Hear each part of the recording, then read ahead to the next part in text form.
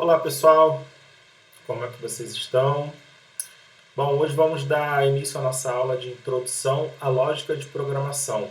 Vamos aprender um pouco mais sobre a lógica, né, dos códigos, o porquê que algumas coisas funcionam, entender um pouco mais estrutura de dados, tipos de dados, funções, arrays, objetos, enfim, hoje a gente vai falar um pouco sobre tudo isso no contexto do JavaScript, tá? Utilizando ali como base, né, desse ensino a linguagem JavaScript, que é um dos métodos, né, dos desafios que a gente tem nesse projeto para estar capacitando aí, tá ensinando vocês. Bom, dando continuidade aqui, introdução à lógica de programação. Vocês devem estar vendo aí, né, na minha tela. Lógica de programação. O que é, né? A lógica de programação é a capacidade de resolver problemas de maneira estruturada e lógica, fundamental para qualquer desenvolvedor. No contexto do JavaScript, né? Isso significa pensar em termos de sequências de comandos, decisões e repetições para criar algoritmos eficazes. Pensei aqui, né, numa forma de trazer esse conceito de lógica de programação para vocês de uma forma mais didática, mais prática possível para que vocês entendam, né, o que é. Então, lembrando que essa aula aqui são para pessoas bem iniciantes, né, que estão começando aí a tentar entender o que é esse universo de tecnologia. E aí eu trouxe para o nosso dia a dia algumas analogias e convertendo essas analogias um pouco no conceito de lógica de programação para que vocês consigam entender de uma forma prática. Vamos lá. Pontos essenciais, né? Existem os algoritmos, que são sequências de lógicas e bem definidas de instrução que solucionam um problema, né? Algoritmos, sequências lógicas e bem definidas de instruções que solucionam um problema. Já já a gente vai falar um pouco mais sobre isso e destrinchar para que vocês entendam melhor. Pseudocódigos, né? Uma forma genérica de descrever um algoritmo usando uma mistura de linguagem natural, né, e conversão de programação. Vamos ver uns exemplos de pseudocódigo para calcular uma média de dois números em JavaScript. Então, primeiro, antes da gente passar nesse código aqui embaixo, esses são os pontos essenciais, né, cruciais da lógica de programação: os algoritmos e os pseudocódigos. Explicando um pouco mais para frente ao longo da aula, eu vou estar explicando ainda um pouco mais sobre os algoritmos, né? Mas tentando explicar assim, de uma forma bem resumida, né? Como está aqui, sequências de lógicas bem definidas de instruções de solução de problema. Então, são códigos resumidos ali com o objetivo de resolver algo específico, né? De resolver um problema específico. E aí tem esse exemplo aqui. Isso aqui não é uma linguagem específica, tá, gente? Então, não imagina que isso aqui já é JavaScript e tal. Isso é só a estrutura do que seria um trecho de código, né, um algoritmo que resolveria um problema. Nesse caso ali tem o início, e aí dentro, né, já está indentado. A gente já falou um pouco sobre o que é indentação. Então já está organizado ali o código, dizendo que ler N1, ler N2 está dentro dessa parte ali, né? Então, iniciou o código em cima, e embaixo ele está lendo essa variável, né? N1, depois vai ler essa variável N2, e aí tem uma média que é igual, aí você pega o N1 mais o N2 e divide por 2. E embaixo ele escreve a média, né? E aí depois finaliza. Então isso aqui é um trecho de código, né? É um algoritmo, ou pode ser uma função, um método, para fazer alguma coisa. Então ele está dando um exemplo aqui, que ele está lendo o N1, que é um valor, e depois lê o N2, que é um outro valor. Depois ele cria uma média e faz ali uma soma e uma divisão para chegar nesse valor médio, entendeu? Então isso aqui é um exemplo de um algoritmo simples, tá?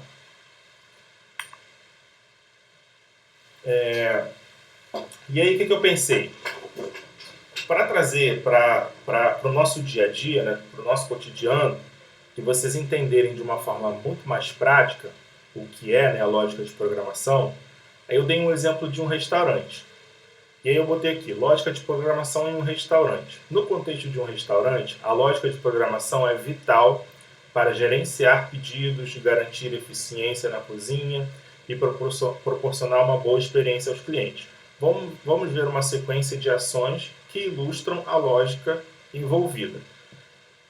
E aí como é que funciona? Por exemplo, imagina que a gente vai criar um jogo que tem ali essa lógica de você solicitar um pedido, de você ter um menu, você escolhe as opções no menu, você solicita um pedido, e aí esse pedido tem que ser preparado, tem uma hora certa para devolver esse pedido, e aí esse pedido você, quando come, você pode dar uma resposta se o pedido foi bom ou se foi ruim, se está com sal, se está sem sal, se está no ponto ou não. Então, assim, são várias etapas até que você de fato coma, ou até que você de fato pague também pelo aquilo que você comeu. Tudo isso, todas essas etapas, a gente pode separar em, que a gente acabou de falar aqui, ó, em algoritmos. Então, tem vários algoritmos, eu tenho várias funções para executar o processo, né? Tanto o processo de finalizar uma comida ou o processo de eu ir ao restaurante e comer. Eu ir ao restaurante e comer é uma ação, é uma história. Eu vou ao restaurante comer. Mas quando eu chego ao restaurante, eu tenho vários processos. Eu chego lá, eu sou atendido, eu pego um menu, eu sento à mesa, eu faço um pedido, depois eu espero o pedido. Então, cada etapa dessa a gente separaria e poderia dizer que seria um algoritmo, né? Tentando trazer para a vida real, para explicar um pouco sobre o conceito de lógica de programação. E aí, beleza, etapa 1, recebendo o pedido. O garçom anota o pedido do cliente, que inclui pratos, bebidas e sobremesas. E aí eu dei um exemplo aqui embaixo, já utilizando a linguagem JavaScript, do que seria esse algoritmo específico de receber o pedido. Eu falei para o garçom, eu quero, sei lá, batata frita. E aí o garçom, beleza, vai pegar lá o seu papel, o seu tablet e vai anotar o pedido batata frita na mesa em que eu estou. Isso é uma ação. Mas essa ação em si não completa tudo que eu preciso, né? É só o primeiro passo. E aí nós criamos, nesse caso, um algoritmo que só tem a única responsabilidade dele é receber o pedido. Ele não quer saber quem foi que pediu, ele não quer saber o horário que pediu, ele não quer saber se já vai ficar pronto, que horas vai ficar pronto. A responsabilidade dele é só receber o pedido. E aí depois outra função, outra etapa vai pegar esse pedido e vai seguir o fluxo, né? Então nessa função aqui, nesse algoritmo específico, a gente só pega essa informação de receber o pedido. Por que a gente faz assim de forma separada? Imagina que eu tenho um restaurante em que ele pode ser delivery ou pode servir à mesa. Nessa função aqui, nesse algoritmo de receber o pedido, ele pode ser genérico, tanto para quem está na mesa, quem quer comer no restaurante, quanto quem quer enviar. Então, imagina aqueles totens que tem hoje em dia, né? Você vai lá, faz o pedido, batata frita, ok. Você já anotou o que você quer, você já fez o pedido. E aí, logo depois, o que vem? Um botão de você comer aqui ou enviar. Então, ali já é outro algoritmo, já é outra parte do processo, outro trecho de código em que vai utilizar as informações que você colocou nessa parte de receber o pedido. Então, isso é uma informação bem importante, né, nesse contexto geral de lógica de programação, de separar todas essas responsabilidades. Beleza. Etapa 2. Ok, fui até o restaurante, realizei o pedido, então, um método separado, já tem meu pedido ali reservado. Depois, qual é o próximo fluxo? Enviar para a cozinha. Ou, né, se tivesse aqui outra variação, enviar para delivery, né, entrega. Mas, de qualquer forma, teria que ir para a cozinha, né? Esse seria um passo depois da cozinha. Ok. Passo 2, enviando para a cozinha. O pedido é enviado para a cozinha para preparo. E o algoritmo então tem uma função, um algoritmo específico, ou um método específico, para enviar o pedido para a cozinha. Então eu pego aquela informação e só disparo para a cozinha preparar. Etapa 3 é o preparo dos pratos. Então lá na cozinha tem um outro algoritmo que é só para preparo. Ali ele pode ter os ingredientes, o tempo de preparo para cada prato, o que eu vou utilizar, tudo isso dentro desse contexto de preparo de pratos. Então tem aqui o chefe e a equipe preparam os pratos conforme o pedido do algoritmo. Lembra que a gente falou lá do garçom que fez o pedido? Quem está preparando na cozinha nem sabe quem foi que pediu, né? Não sabe quem é. Então, são contextos separados, né? Que se encaixam, a gente coloca eles ali em pilha, eles vão se executando até chegar na etapa final, que pode ser o pagamento ou de fato a pessoa comer. Etapa 4, servindo ao cliente.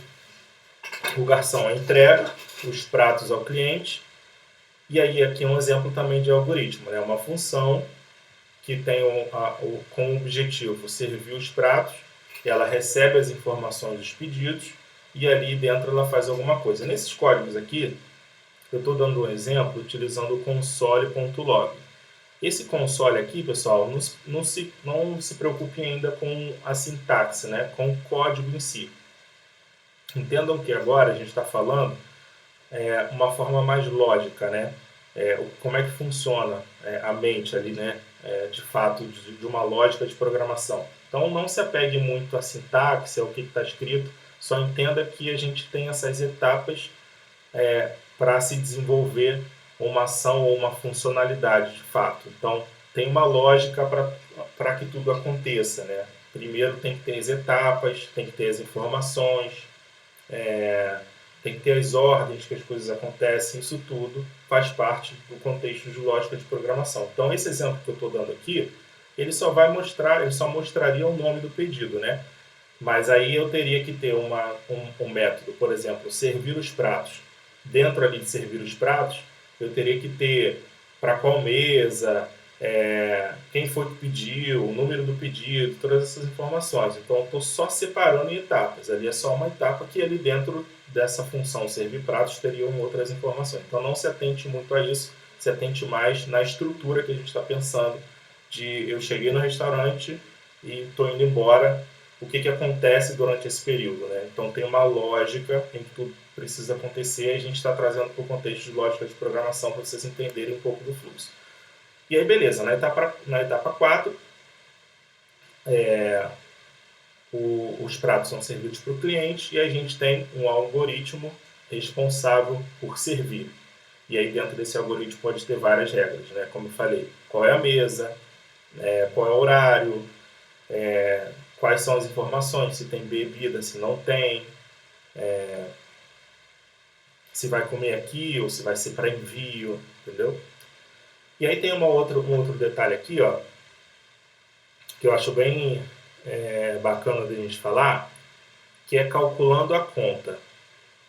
O garçom calcula a conta com base no que foi consumido, e aí tem um exemplo do algoritmo. Todos esses que eu falei anteriormente, envia o prato para a cozinha, prepara os pratos, e o primeiro aqui, ó, que é o receber o pedido, esses algoritmos, eles recebem informação e fazem alguma coisa. Recebi o pedido, então ali dentro, onde está esse console log, isso sairia, né? E ali teria uma série de códigos para que o que acontece depois que recebe o pedido, né? Então, recebeu o pedido, vai anotar, vai ter ali algumas questões com salada, com sal, sem sal, enfim, algumas informações relacionadas ao pedido. E aí já tenho essa informação, está guardado, vou passar para o próximo passo, que seria, por exemplo, enviar para a cozinha. Aí a cozinha já vai receber essas informações do pedido, já vai estar ali. Se é com salada, se é com cebola, se tem bebida, se não tem bebida, a cozinha já recebeu essas informações. Depois a cozinha finalizou, né? Na verdade a cozinha recebeu essas informações, separou tudo ali, vai fazer o preparo dos pratos, que é o outro algoritmo relacionado a preparo de prato, que também está com essas informações ainda do pedido. Tem uma variável ali, pedido, e isso são os dados que o garçom lá anotou. Ok, Passamos para a próxima etapa, servir para o cliente. Então tem todas as informações, o prato já está resolvido, tudo certinho, a gente já sabe qual é o pedido e envia para o cliente. Esse último método, ele é um pouco diferente, porque o objetivo dele é retornar uma informação. É como se a gente estivesse perguntando para o código e esperando que ele responda com algo. Os outros métodos, eles não respondem nada, eles só fazem uma ação. Servir o prato, vai lá e vai servir o prato. Anotar o pedido, vai lá e vai anotar o pedido. Agora, calculando a conta, o garçom quer saber quanto que deu. O garçom não precisa ir ali na calculadora. Então a gente escreve isso no algoritmo e o algoritmo responde. Então a única diferença aqui, que é muito importante a gente estar passando também, é que nesse exemplo aqui, ele retorna um valor. Então ali, ó, tem uma função, calcular conta, né? E aí ele recebe o pedido. Ali a gente já tem valor, quantidade, tudo direitinho. Ele vai fazer esse cálculo ali dentro do código e no final ele vai retornar o total. Então, se o garçom tem ali um tablet ou um aplicativo no celular ou até no totem ali, né, que ele utiliza, e ele já tem todos esses pedidos, quando tiver um botãozinho finalizar ou emitir, fechar conta e tal, ele vai chamar esse algoritmo que vai retornar na tela ali para ele ou embaixo, né, um valor total do que foi gasto naquela mesa. Então essa é a diferença desse método, porque ele não só executa uma função, né? Ele pega e retorna uma informação para quem pediu. Ponto próximo aqui.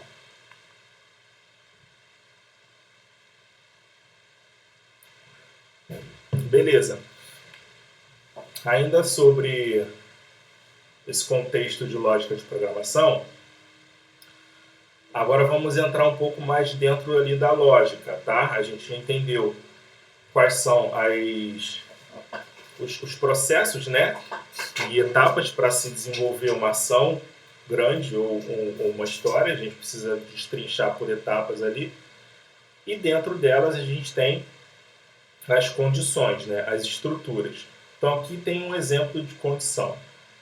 As estruturas condicionais permitem que o programa tome decisões baseadas em condições específicas. Elas são essenciais para controlar o fluxo do programa.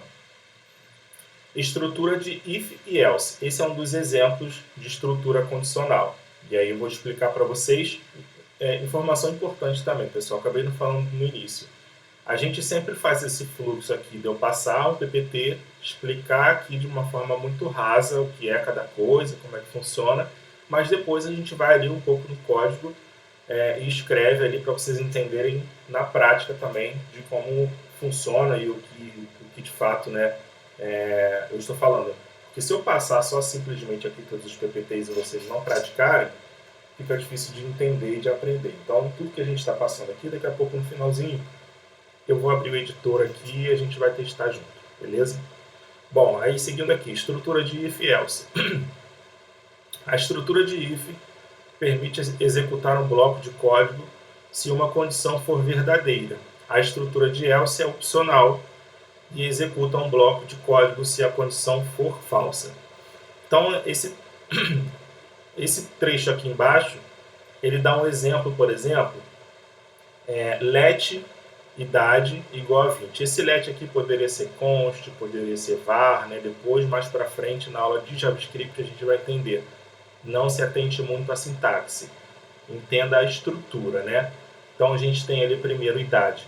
É uma variável, é uma informação que ela pode ser qualquer coisa, ela pode ser 20, 50, 10, 5, ela pode ser qualquer coisa, a idade. Então, aqui a gente colocou um exemplo de 20. Então, estou dizendo que a idade 20 anos. Embaixo eu tenho o if. O if basicamente é uma condição, se a idade, aí tem um sinal ali de maior para a idade, né?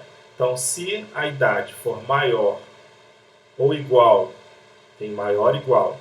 Se a idade for maior ou igual a 18 anos, ele vai executar uma função embaixo, ou ele vai seguir o código de baixo, né, na linha de baixo.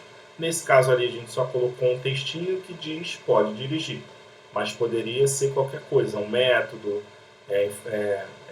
disponibilizando de repente o cadastro de uma pessoa maior de idade, né? De repente, às vezes num site de bebidas, por exemplo, que tem aquela informação, você tem maior de 18 anos, é maior de 18 anos, sim ou não?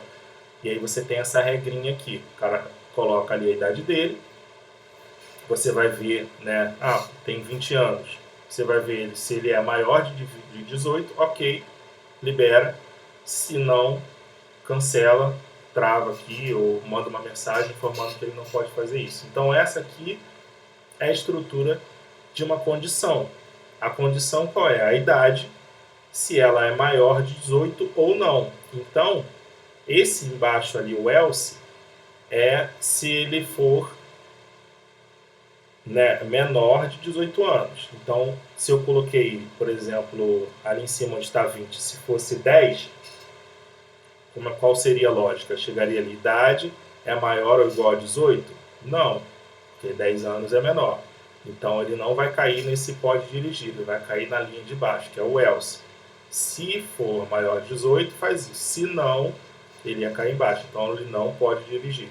Essa é uma estrutura de condição, onde você pode ou não fazer uma coisa, né? Onde ela é verdadeira ou falsa. Então, ali a idade maior de 18 faz algo, menor de 18 faz outra coisa. Esse é um exemplo. Ou a gente poderia também não ter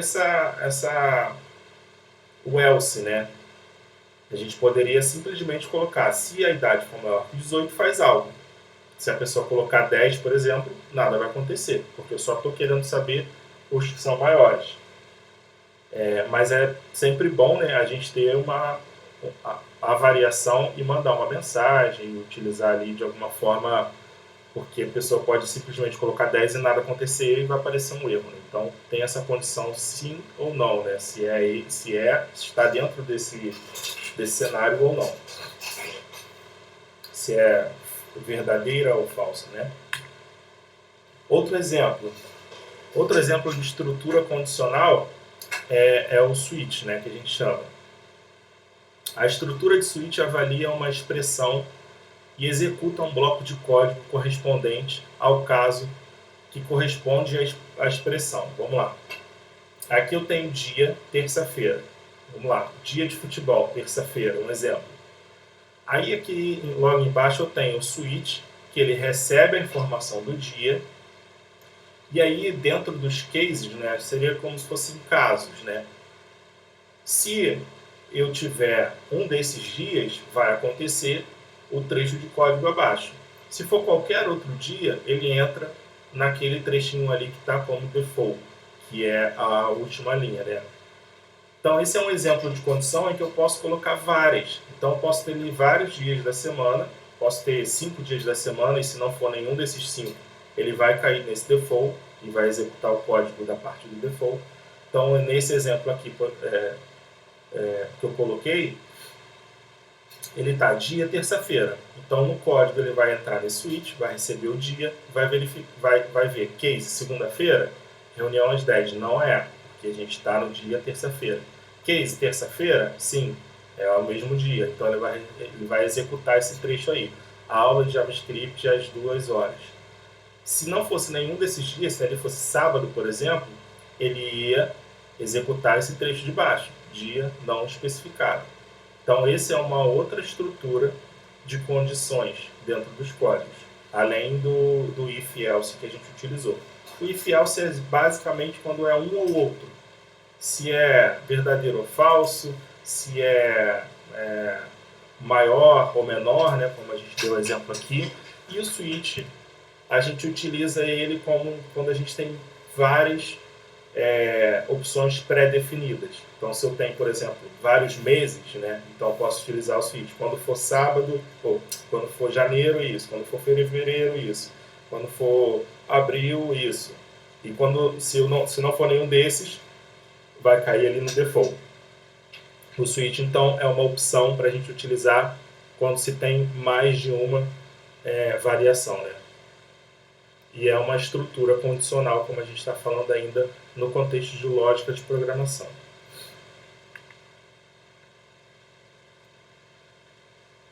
Beleza, esse aqui é o mais simples, né? Ainda sobre estruturas de condição, a gente tem o operador ternário. É uma forma concisa de escrever uma estrutura if else, em uma única linha. Então, quando eu tenho se for isso, se for condição tal, faz isso, se não, faz a outra, se for algo bem curto, a gente consegue utilizar esse trechinho na mesma linha. E aí, como é que fica aqui no contexto, né? Eu tenho a informação ali se tem cartão ou não, então eu tenho ali true ou false, e eu vou explicar mais para frente na aula de JavaScript o que é true ou false, né? Vocês já devem entender mais ou menos. É como se fosse verdadeiro ou falso, é sim ou não. Então ali tá falando, tem cartão? True, tá falando tenho. E aí embaixo ele está falando uma mensagem, ele está criando uma variável de mensagem. Essa variável ela vai ser igual ao que vem depois. Então essa variável está falando assim, tem cartão? Lá em cima já está falando que tem. Então é sim. E aí ele vai mostrar essa primeira opção, compra aprovada. Se lá em cima fosse false, ele ia verificar, tem cartão? E aí ele ia ver que é false, ele ia dar a segunda opção, compra negada. Então essa interrogação é o se e o ponto ali depois do compra aprovada é o else. Então essa é a diferença. Tem cartão, está perguntando, né? Se você tem cartão, mostra a primeira opção. Se você não tem, mostra a segunda opção. É o mesmo contexto ali, mesma lógica, né? Dessa estrutura condicional de if e else, só que de uma forma mais abreviada você pode utilizar na mesma linha.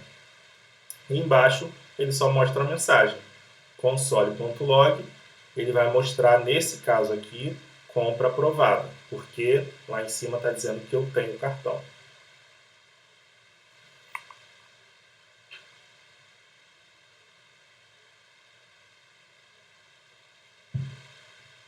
Beleza.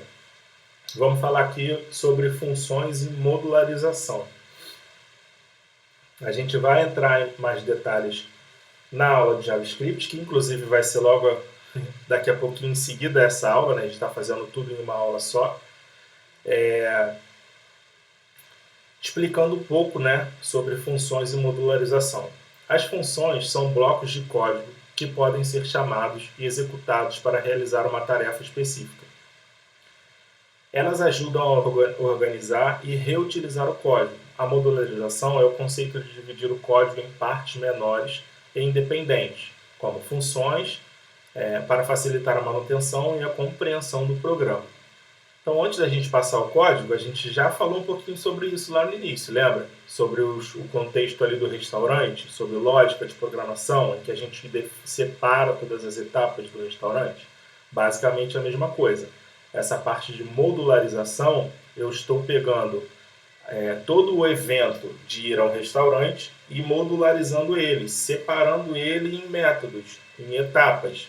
Chegar no restaurante, realizar o pedido. Eu posso separar ainda em mais. Abrir a porta do restaurante, escolher uma mesa, pegar o menu, abrir o menu.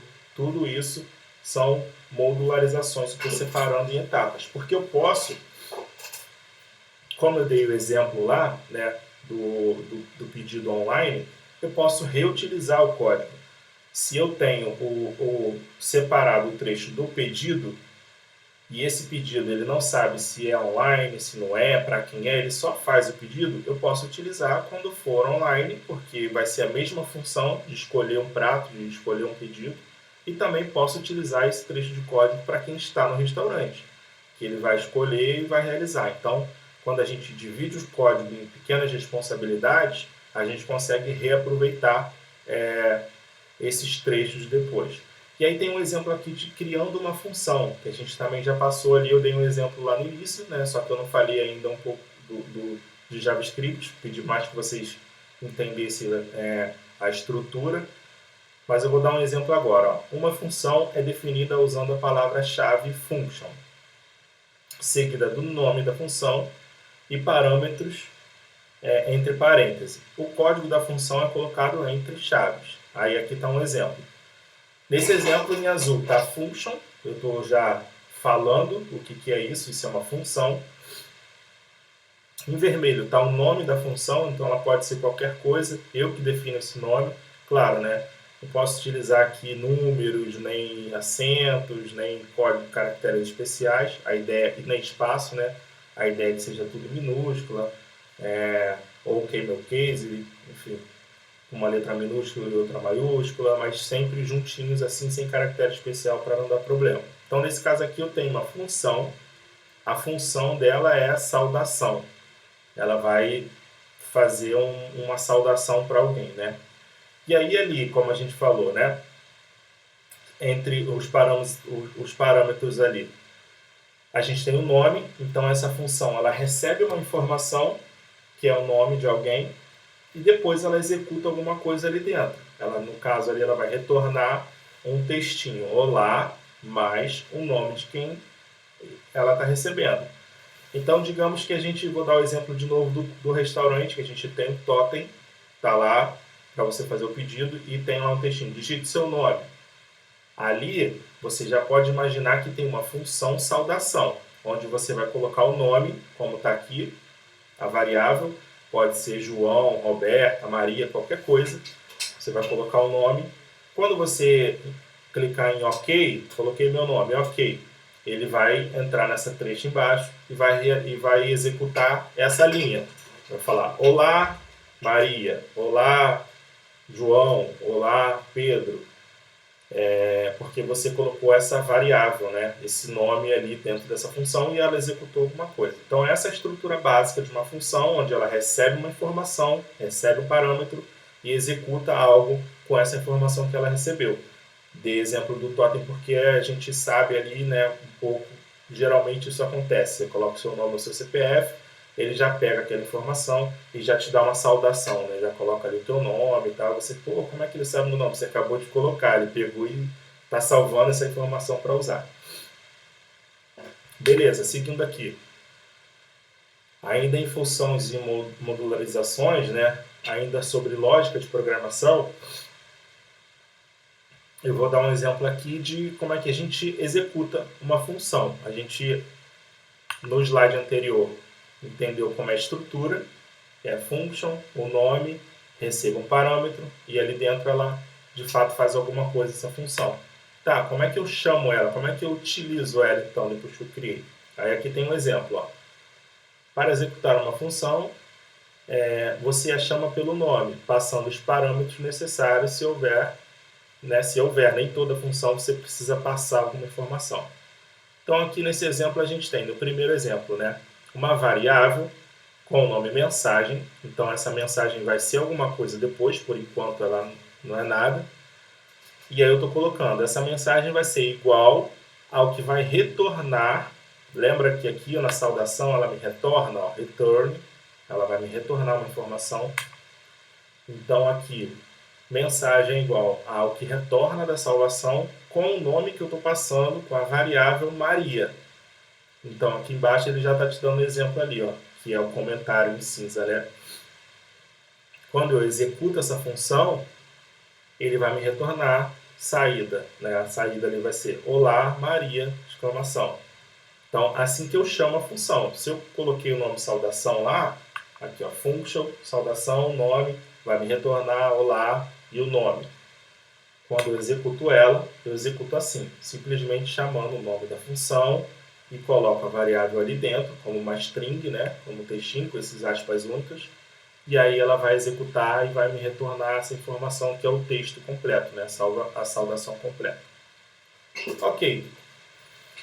E o retorno de uma função, né? Eu já acabei de falar, a gente já deu um exemplo, mas vamos passar aqui de novo. As funções podem retornar valores utilizando a palavra-chave return. O retorno é a resposta de uma função. Aí o exemplo aqui em JavaScript. Aí aqui é outro exemplo que a gente está dando. Function soma. É uma função que a responsabilidade dela é somar. Então ela vai receber A e B. Então ela está recebendo dois parâmetros. E esse A e B pode ser qualquer coisa, né? Desde que seja um número, né? E aí a gente vai somar, por exemplo, aí embaixo, ali dentro, né, ela vai retornar A mais B. E aí como é que eu executo essa função que somam dois valores? Né? Embaixo eu crio uma variável, que vai ser o resultado, onde vai ficar salvo ali essas informações da soma, e logo em seguida eu chamo a função e passo as informações que eu quero somar. Então eu quero somar 5 com 3. E aí quando eu executo isso, o resultado é o que tem embaixo, que ele vai me retornar 8. Ah, Davidson, se eu colocar texto, vai dar problema. Isso é um negócio que a gente vai ver mais para frente sobre os tipos de informação. Então, aqui nessa função, eu estou esperando receber um número. Se você passar um texto, não vai dar para a gente somar o 3 com, sei lá, bola. Vai dar problema, entendeu? Então, a gente sabe que essa função espera receber dois números. Então, você sempre, obrigatoriamente, precisa passar dois números para serem somados nessa função.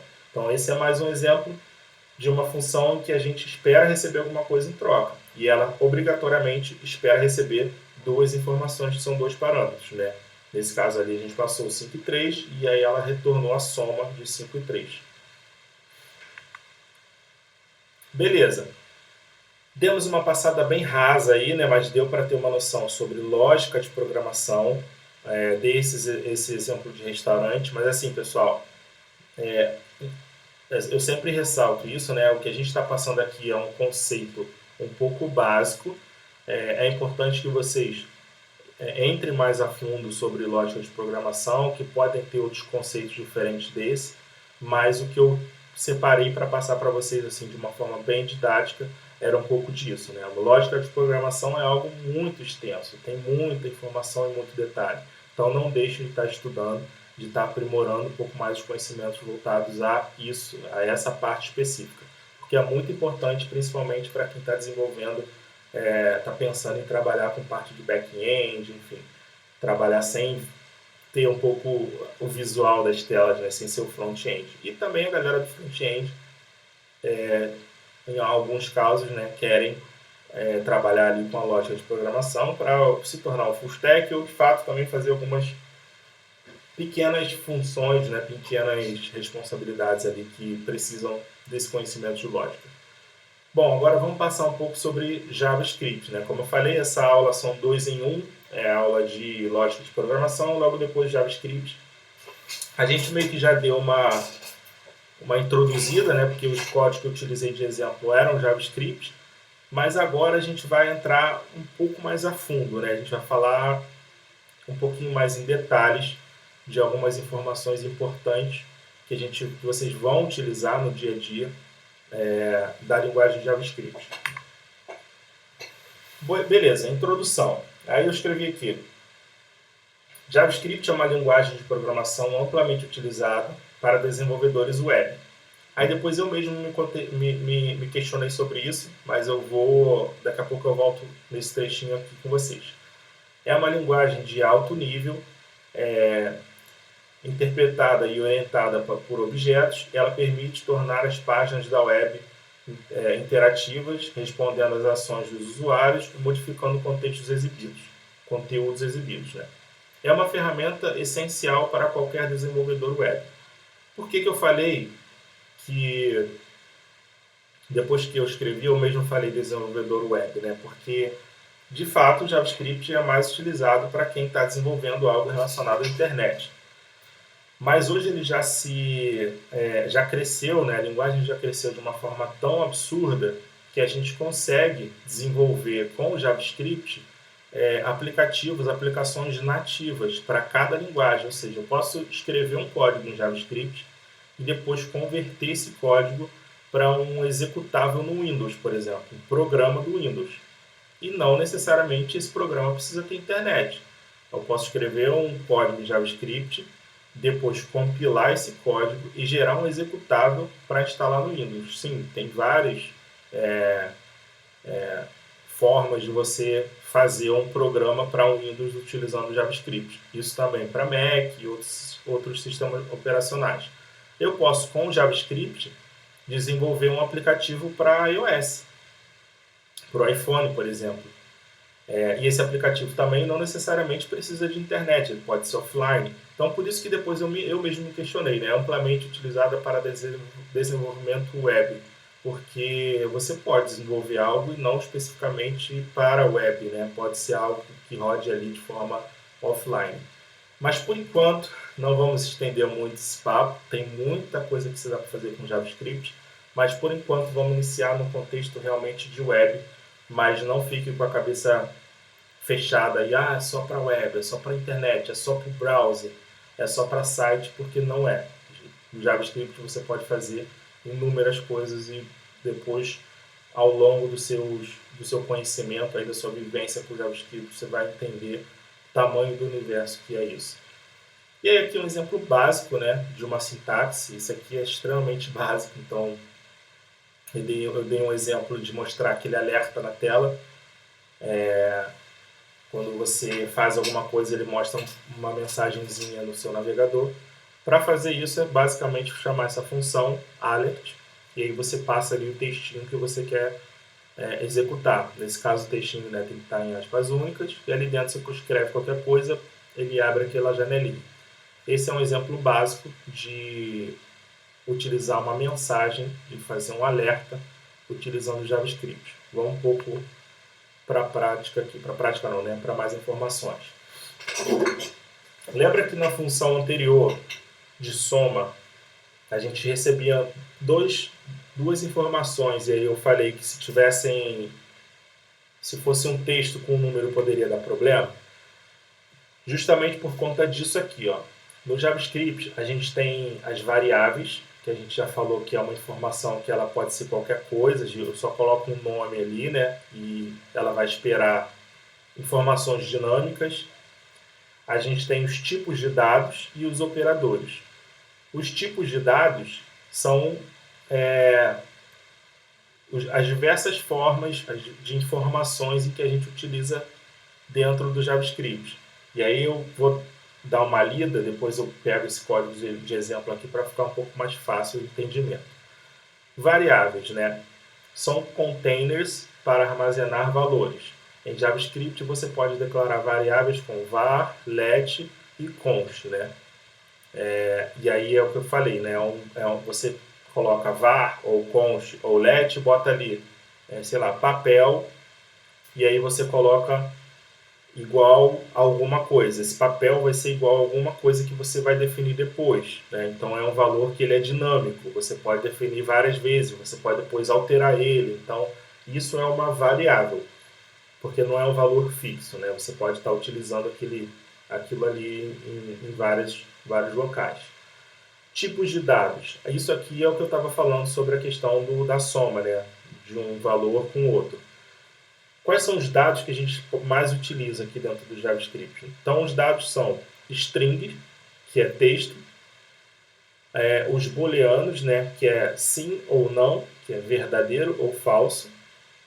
Nós temos os objetos e os arrays. Tem vários outros, né, mas esses aqui são os mais utilizados, que são os números, os textos, os booleanos, né, verdadeiros ou falsos, os objetos e os arrays. E aqui embaixo tem alguns exemplos.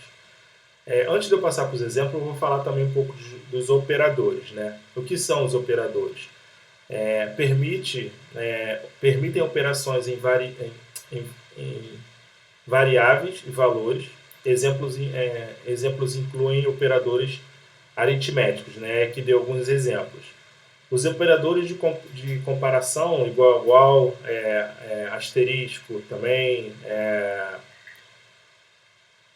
o sinal de igual, de maior, de menor, o igual, enfim. Operadores lógicos, né? Tem o e, esse é o e comercial, né, que chama. Depois tem os pipes e entre outros. Essas partes dos operadores é um pouquinho chata de você gravar, né? Então eu vou explicar um pouquinho mais para frente e agora a gente vai focar um pouco mais nos tipos de dados, que é o que a gente estava falando anteriormente. Então aqui no código de baixo eu tenho um let, que é o que eu falei que é uma variável, e essa variável recebe uma informação. No momento, né, até agora, essa variável é João. E aí João, ela tem que estar, é uma string, não, então tem que estar dentro de aspas únicas. E aí ela já fica ali, quando você está utilizando o editor, ele já coloca uma corzinha para você diferenciar os tipos de informação. Então, quando é verdinho é string, quando é rosa é número. Nesse exemplo aqui a gente tem nome, João, que é um texto, idade. A idade é um número. Então ali 25, ó, a gente tem a variável idade e o tipo número. Nota que o número não está entre aspas únicas. Eu poderia colocar, mas se eu fosse somar, mesmo sendo número, como string, com outro número, daria um problema. Aí aqui eu tenho is-aluno, né? Como se fosse é-aluno, que aí nesse caso é uma pergunta, você tem que me responder sim ou não. Então nesse caso aqui é true ou false. É uma variável do tipo booleano, tá vendo? É aluno? Aí nesse caso vai ser true ou false, é ou não é. Aí embaixo, soma, né? Aí eu vou fazer uma soma da idade mais 5. Depois, é maior de idade? Aí ele vai utilizar o operador, que é o que a gente estava falando, né? É uma regrinha. É maior de idade? Aí eu tenho ali igual a variável idade, que ele vai pegar lá 25, e aí ele vai fazer esse operador. A idade é maior do que ou igual a 18? Eu sei que a idade é 25, né? Então, nesse caso, sim. Ela é maior ou igual a 18. Então, nesse caso, ela é maior. Então, esse é maior de idade vai ser true, vai ser verdadeiro. E aí embaixo ali a gente tem um console. Olá, de exemplo, né? E o nome da pessoa. Ele vai exibir a mensagem: Olá, João. Então, assim, aqui eu expliquei um pouquinho sobre as variáveis, que são informações ali, todas essas informações em branco dentro do código, são textos que eles podem variar, são informações que podem ser diversas depois. Os tipos de informação, que aí nesse caso a gente tem o verde, o rosa e o azul, que aí no caso João é uma string, é um texto, 25 é um número, é um tipo number, e o is-aluno, que é sim ou não, é um tipo de informação booleano, que é sim ou não, true ou false. Então, isso a gente vai utilizar muito, vocês vão precisar estudar ainda mais, porque tem outros tipos de informação. A gente ainda vai falar sobre os arrays e sobre os objetos, né? Mas por agora, string, que é texto, né? Number e sim ou não, verdadeiro ou falso. Beleza. Ah não, peraí, tem bastante coisa aqui ainda, foi mal. Vou ver aqui. Passei direto aqui. Estou dando spoiler aqui para vocês. Ah tá, aqui a gente já passou, né? Introdução lógica de programação, ok. JavaScript. Tá, paramos aqui. Estruturas condicionais, a gente já falou também. Eu vou entrar isso aqui um pouco mais na prática, até porque eu nem mudei aqui a imagenzinha, mas é aquela questão do if e do else, se é um ou se é outro. Ó, aí aqui eu tenho um exemplo de utilização do if e else. Vou só ler novamente aqui o contexto para vocês. Né? Estrutura condicionais é uma condição dentro do código. São blocos de código que permitem que o programa tome decisões baseadas em condições. Os principais são if, else, que permitem executar diferentes blocos de código, dependendo da condição. Estruturas de repetição são usadas para executar um bloco de código várias vezes. Exemplos incluem for, while e do while. Aí aqui embaixo a gente tem um exemplo primeiro de condição. Depois eu vou falar da repetição. A condição é, que a gente também já viu rasamente, de forma muito rápida ali nas horas anteriores aí que estamos na mesma aula, né? Em que idade, 20 anos, se a idade, if, né, se a idade for maior do que 18, você é maior de idade. Se não, você é menor de idade.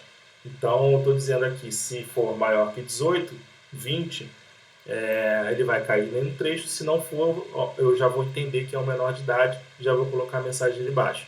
Isso é uma estrutura de condição. Condição quer dizer um ou outro. Estou passando uma condição para aquilo.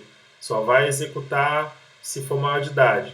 É um tipo de condição. Então, essa estrutura aqui é importante que vocês gravem, porque vão ser utilizadas muito nas próximas aulas aí com JavaScript. Beleza, agora aqui estruturas condicionais de repetição em JavaScript. O que é isso, né? É quando eu quero fazer algo mais de uma vez. Quando eu quero que aquilo aconteça, sei lá, 5 vezes. Eu quero que algo clique 5 vezes. Eu quero que a janela abra na tela 5 vezes. Ou eu quero que ele entre em uma informação e pegue uma informação várias vezes. Então, esse é um pouco da estrutura de repetição, em que uma ação acontece várias vezes. Aí alguns exemplos são: exemplo de estrutura de repetição utilizando for. Embaixo aqui eu tenho um exemplo. Eu tenho os emojis, que são pizza, hambúrguer, salada e sanduíche, né? Esse aqui é o... esqueci o nome desse sanduíche mexicano, né? Aí embaixo eu tenho for. Aqui é que está a regra, tá? O for parece ser um pouquinho complexo, mas depois com o tempo você grava e ele entende. Eu estou falando o seguinte: for ele vai rodar aquele trecho ali de código várias vezes. Beleza, mas quantas vezes? Aqui dentro eu falo let, que é uma variável, eu coloco o i é igual a 0. Então eu defino uma variável como 0. Essa variável é menor do que a quantidade de emojis, né? Ali eu tenho emoji.length. Isso aí é a quantidade, né? .length, eu estou pegando aquele array ali em cima, aquela lista ali em cima, estou pegando a quantidade dela. Nesse caso, começa com 0, né? Então seria 0, 1, 2, 3, são 3. Isso é um pouco confuso, né? Mas tem um debate muito longo depois, né? Obviamente a gente está vendo que são 4, mas começa com 0. 0, 1, 2, 3. Ele vai executar 4 vezes, porém vai terminar na terceira vez. E aí eu tenho 0, i é igual a 0. Aí eu pergunto, i é menor do que 4, né? Nesse caso vai do 0 ao 3? Sim, é menor. Então, faz o seguinte, adiciona ao i um item a cada vez que ele entrar ali.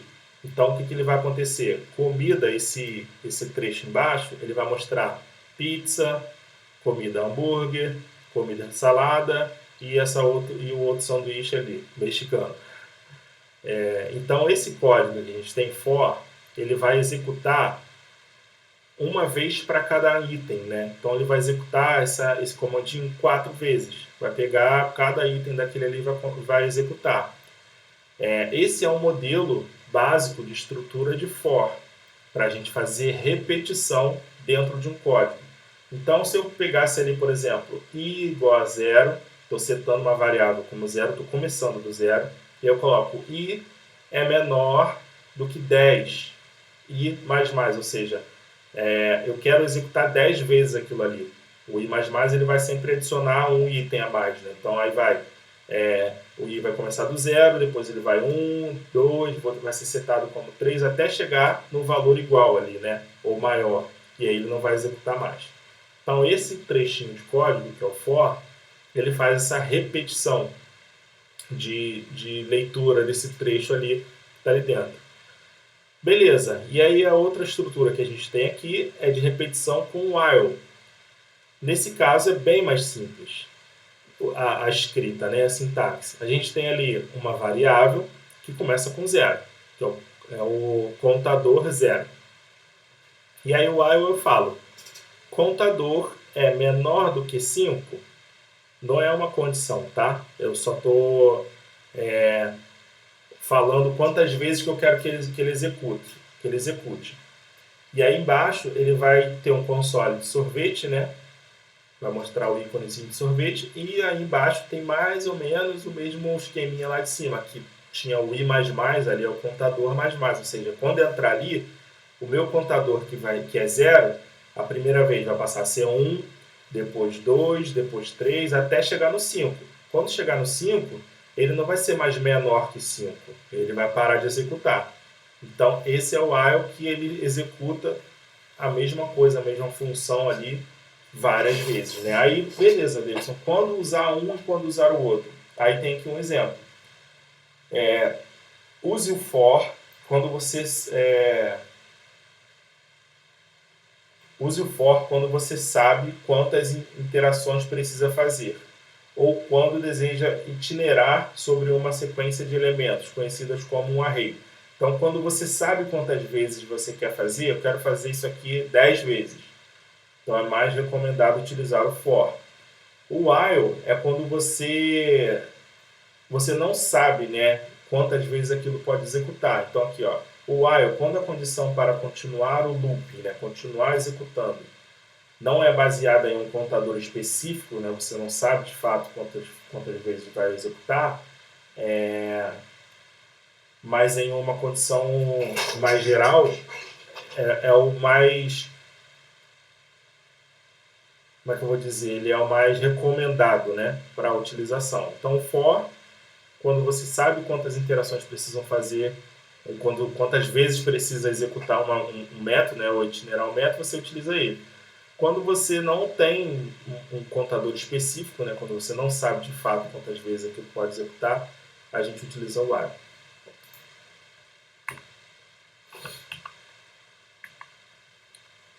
Beleza. Funções e escopos de variáveis.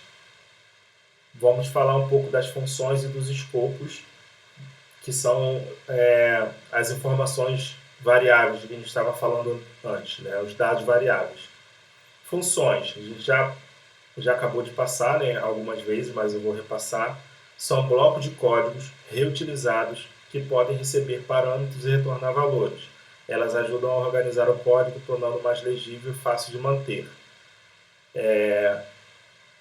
O escopo de variáveis, né, se refere à visibilidade e acessibilidade de uma variável diferente de partes do código. Variáveis podem ter escopo global, visível em todo o código, ou escopo local, visível apenas em uma função. Aí eu botei aqui um exemplo, para vocês entenderem melhor. Aqui eu tenho uma função que ela faz uma saudação, que é o exemplo que a gente estava falando. Embaixo, eu chamo ali a informação, passo essa informação da Ana e aí ele executa. Isso é um exemplo de função que a gente já tinha passado. Beleza. Nesse caso, não tem nada ali com relação ao escopo, que é o que a gente vai falar, né? Nesse exemplo, temos uma função que retorna uma saudação com base no nome passado, né? Eu passei ali a informação de Ana, ele mostrou a mensagem Olá, Ana. Aqui, a gente já tem algo diferente, ó. Por exemplo, a gente já está trabalhando aqui com o escopo, e era isso que eu queria explicar para vocês. Eu tenho uma função, aí ó, o exemplo de escopo, que ela faz alguma coisa, ela poderia também ser, ter uma saudação. Dentro dessa função, ela não está recebendo nenhum parâmetro, lá, como vocês podem ver. Exemplo de escopo, aí ali não tem nenhuma informação que ela recebe, né? Essa função recebe. Dentro dessa função, ela tem uma variável que é um texto, esta variável é de escopo local, e depois ela mostra o textinho. E embaixo, esse console.log, eu estou querendo pegar uma informação que está dentro daquela função. Tá vendo? Eu estou tentando executar, pegar o textinho local, só que esse textinho está dentro de uma função, ele não está do lado de fora. Por conta disso, ela está dentro de um escopo específico, ela está dentro do escopo dessa função. E aí, por isso, eu não consigo utilizar. Esse é o contexto esse é o contexto geral, né? A explicação mais rasa assim, que eu consigo passar com relação a escopos, né, de informação. Nesse exemplo, a variável local só é acessível dentro da função onde ela foi definida. Se eu quisesse pegar essa informação local, ela teria que estar antes do function, né, em cima da função ali. Então, esse é um exemplo de escopos. Né? Às vezes você pode tentar executar um código e dar problema, dar um defined ou dar algum erro. Pode ser porque você está utilizando o escopo de forma errada. a informação que você está tentando pegar pode estar dentro de uma outra função e que você não consegue visualizar e você não consegue ter acesso. Para utilizar isso aqui, por exemplo, a gente poderia chamar ali embaixo do local, né, let local, colocar um return. E aí eu vou retornar o textinho local. Aí, ali onde está o console.log, se eu colocasse a função, executasse a função, exemplo de escopo, ela ia me retornar o dado. Como aqui ela não retorna nada, eu estou tentando acessar alguma coisa ali dentro, aí vai dar esse erro. Entendeu? Beleza. Agora vamos falar um pouco dos arrays, que é uma das coisas que a gente mais utiliza no JavaScript, né? São dado, é um tipo de dado que a gente precisa de fato aprender o que é, para que serve, como é que funciona, porque se você não entender isso aqui, tanto de lógica de programação quanto de JavaScript ou outra linguagem, para você não vai fazer muito sentido, porque é o basicão. Então, preciso que vocês estudem, se não entenderem aqui um pouco mais sobre o que é array, mas eu vou tentar passar de uma forma bem didática, né? Arrays em JavaScript são estruturas de dados que armazenam uma coleção de elementos. Cada elemento pode ser qualquer tipo de dado, inclusive outro array ou objeto. Aí eu tenho aqui um exemplo de array, né? Eu estou setando uma variável, que a gente já falou, então let frutas, essa parte daqui vocês já conhecem, frutas, nesse contexto pode ser qualquer coisa, mas eu estou falando que nesse caso é um array, então eu estou colocando ali igual e estou definindo uma lista de informações. Então estou colocando maçã, banana, uva e laranja. Então tem uma lista. O array é uma lista de dados, é uma lista de informação. E pode ser uma lista de texto, uma lista de número, uma lista com outra lista dentro, ou uma lista de objetos. Nesse caso aqui eu estou dando exemplo de string, né? Lembra ali que está com aspas únicas? Então estou falando que array, que frutas, é um array de string e que dentro tem ali as frutas como um emoji, né? Aí embaixo eu coloco console.log, né? Essa aí é só para mostrar na tela, para mostrar a saída. E eu estou falando frutas e estou definindo o número que eu quero. Qual é o número que eu quero? 0. E o que eu falei que qual é o início, né? O primeiro item aqui no JavaScript é sempre o 0, não é o 1. Se eu quiser pegar a primeira informação, é sempre o número 0. Então, para eu pegar a maçã, eu tenho que colocar frutas e ali colocar entre chaves ali o 0. Nesse caso, ele vai mostrar a maçã. Beleza. E aí embaixo eu tenho console.log, frutas.length, saída, e ele vai mostrar o número de itens que tem. Então, ele vai mostrar o total de informações que eu tenho. Ok. Objetos são estruturas de dados que Deixa eu voltar aqui, né? Rapidinho, porque a gente estava falando de array mais uma vez. Arrays são listas de dados que podem ser diversas informações, mas são listas, né? Pode ser string, texto, booleano, outros objetos. Então, assim, isso aqui é uma forma muito rasa de eu explicar para vocês o que é, mas já dá para ter uma noção que é uma informação de lista, em que tem vários dados. Beleza? Esse é o conceito de array. Agora vamos passar para objetos. Objetos são estruturas de dados que armazenam pares de chaves de valor, permitindo a organização de informação de uma forma mais complexa e estruturada. Aqui é legal quando a gente vai fazer, por exemplo, sei lá, quando a gente precisa de uns dados mais estruturados. Por exemplo, vou fazer um cadastro de alguém, eu vou fazer uma ficha de alguém, eu vou fazer um pedido, né, como a gente estava falando lá do restaurante, eu posso criar um objeto em que eu vou ter, aqui nesse caso eu tenho um exemplo, né, pessoa, vou fazer o cadastro de alguém. Então, pessoa é uma variável, as informações podem mudar depois. Nesse caso, a gente tem um exemplo, nome, qual é o nome dela? Maria, ou dele, né? Idade, qual idade? 30. Nota aqui que a Maria está como string e a idade está como número. Cidade, São Paulo, também é um texto, está como string.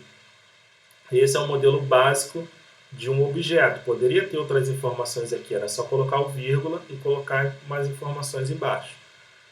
E aí embaixo, por exemplo, se eu quero pegar o nome dessa pessoa, eu tenho que acessar o objeto primeiro, depois o que eu quero de informação. Então, se eu quero pegar o nome, eu preciso colocar pessoa, ponto, nome. E aí o resultado seria aquilo ali, a primeira saída, né? Maria. Se eu quiser pegar a idade, por exemplo, a mesma coisa. Eu poderia colocar pessoa, ponto, idade, que aí me retornar Maria, ou dessa forma que está aí, utilizando também como string o nome, também vai me retornar a informação de 30, né? Desculpa, eu falei Maria. Então, para eu utilizar as informações dentro do objeto, primeiro eu preciso acessar o objeto, depois o item do objeto. Então, nesse caso, digamos, vamos fazer um exemplo aqui. Digamos que eu criei uma lista de pedidos lá no restaurante. Então, tem pedido. Aí embaixo tem o nome do prato. Aí tem texto. Aí depois, tipo de prato, que aí é sobremesa ou prato principal. E depois, preço do prato. No final, quando eu for somar, eu vou pegar o objeto pedido, ponto, preço do prato.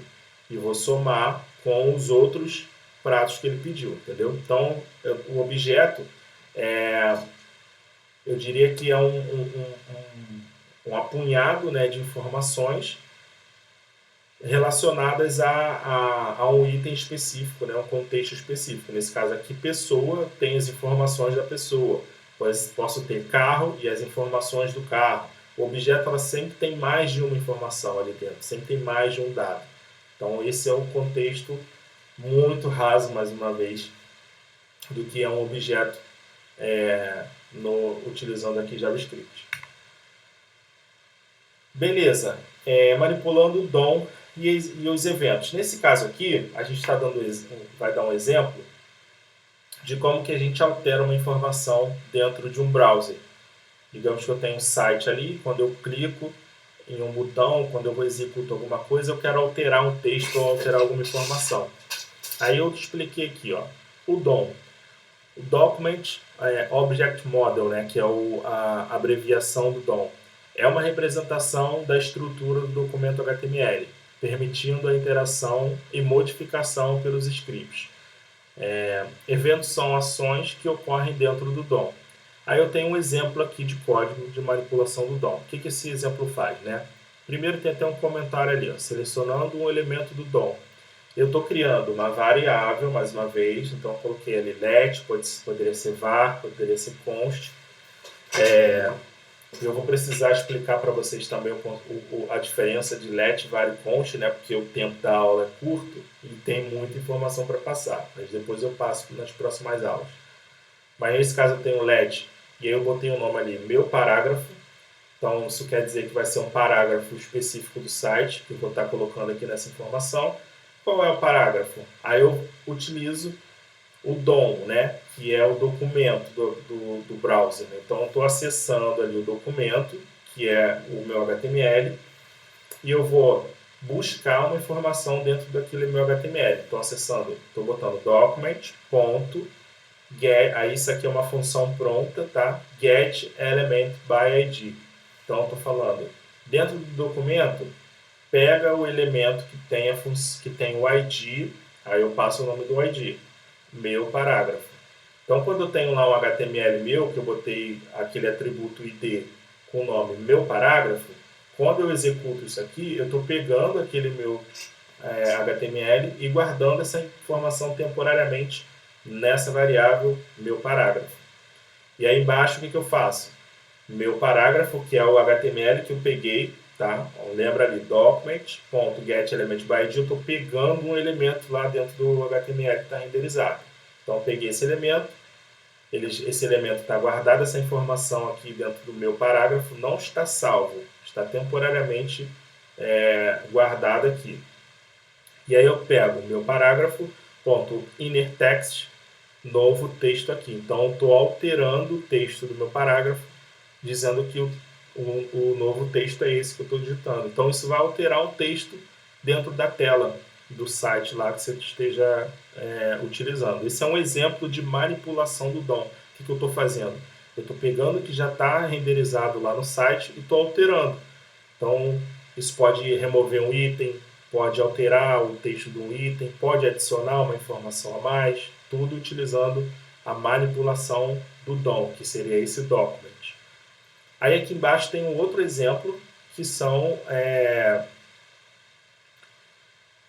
cadê? Os event listeners, né? Então, o que ele faz, né? Eu acabei não botando no título aqui. Esse event listener, ele fica esperando um evento acontecer no browser. Então, o que eu fiz? Meu parágrafo, ponto, add event listener, clique. Toda vez, eu estou dizendo que toda vez que clicarem no meu parágrafo, eu estou colocando um evento, né? Estou buscando um evento e enxergando ele, vamos dizer assim. Toda vez que alguém executar aquele evento no meu parágrafo, eu vou fazer algo. Então, eu já peguei aquele parágrafo ali que eu alterei o texto para novo texto aqui, e toda vez que alguém passar o mouse em cima e clicar, porque é o tipo de evento que eu estou passando, ele vai mostrar uma alerta na tela, né? Ele vai fazer esse alert, parágrafo clicado. Então, eu estou pegando um evento também no browser, que nesse caso o evento é o clique. E eu posso manipular ele via JavaScript. Eu poderia colocar o over, que é quando eu passo o mouse em cima. Então, meu parágrafo, ponto, add event listener, aí eu posso botar aqui over, vai fazer alguma coisa. Então, quando eu passar o mouse por cima, ele pode mudar de cor, ou ele pode fazer uma animação. Então, isso tudo eu estou manipulando o que já está renderizado no browser, né? Então, nesse caso, é esse contexto aqui de manipulação do DOM. Eu achei importante estar passando para vocês isso também. Beleza, ainda sobre JavaScript, né? Finalizando aqui essa parte, vou explicar um pouquinho e dar alguns conselhos, né, de codificação de boas práticas. Então, coloquei aqui melhores práticas de codificação de JavaScript. Alguns, né, dos tópicos que são importantes a gente utilizar. Nomenclatura descritiva. Então, use nomes de variáveis e funções descritivos para facilitar a compreensão do código. Então, assim, utilize nome que você vai entender depois de um tempo, né? Para que serve. Não bota XPTO, não abrevie muita coisa, porque senão depois você não vai saber do que se trata aquela função. Se você tem uma função que o objetivo dela, né, é mudar a cor do botão, você bota o nome dela, muda a cor do botão, que é o que ela faz. Se você botar MD button, que aí você está abreviando, né? Muda cor do botão. Vai passar algum tempo, você vai entrar ali, vai ler essa função e não vai lembrar do que se trata. Ou se outra pessoa pegar o seu código, também não vai lembrar do que se trata. O que ele vai ter que fazer? Ele vai ter que ler todo o texto ali, todo o código ali dentro para saber o que ela realmente executa. Então, nomenclatura descritiva, use o nome que seja de forma fácil identificar o que aquela função faz, o que aquele método faz. Comentários. Escreva sempre comentários, né, claros para explicar o código, os complexos ou importantes pontos de decisão. Sempre é importante você escrever o código ali. Se você está começando uma função, tu bota um código e escreve também. Essa função tem o objetivo de fazer isso, ou essa função tem o objetivo de retornar essa informação, ou esse trecho de código coloquei para resolver um bug tal. Então, utilize a prática de colocar comentário no código, que vai facilitar a manutenção de outras pessoas e de você também depois.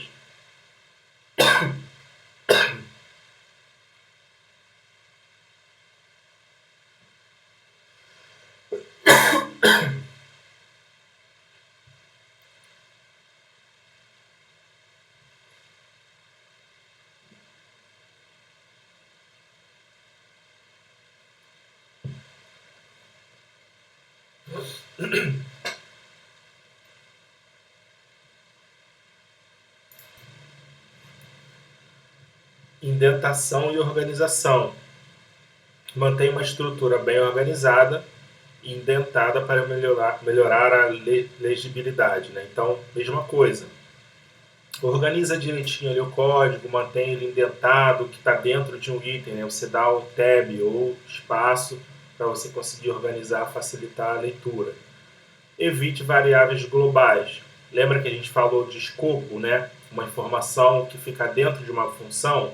Se eu tenho, por exemplo, sal, por que o sal, essa informação, essa variável sal, vai estar, sei lá, dentro do restaurante, mas tipo assim, próximo da mesa, ou se há um ingrediente específico para o preparo da comida, o sal até pode estar, né? Mas vou dar um exemplo aqui, sei lá, de orégano ou qualquer outro tempero específico, né? Ou sei lá, fogo quente.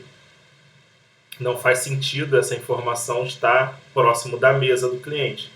Então, tentando partir para a lógica aqui, né, para o contexto de lógica de programação, fogo quente a gente utiliza na cozinha. Então, quando eu preciso fazer algo flambado, sei lá, ou algo que precisa de um fogo muito quente, eu tenho essa informação. Então, tem essa variável, que é o fogo quente, baixo ou desligado, que eu utilizo na cozinha. Então, essa variável, esse contexto tem que estar dentro do método preparo comida ou cozinha, tem que estar naquele contexto. Não tem por que eu setar essa variável no início do código, né? Porque depois fica muita informação embaralhada e você não utiliza nos outros métodos.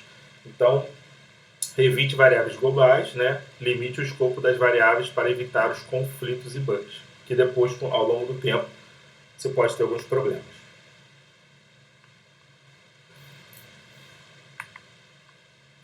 Beleza, galera. Encerramos essa parte de JavaScript. Eu acho que consegui dar uma passada geral para vocês. Vou fazer uma parte prática, e aí para que vocês entendam ainda mais, né, mas conseguir fazer a parte teórica aqui, explicar os conceitos e a teoria, mas eu acho que a gente precisa codificar, então vamos um pouco também para a parte prática para que vocês entendam.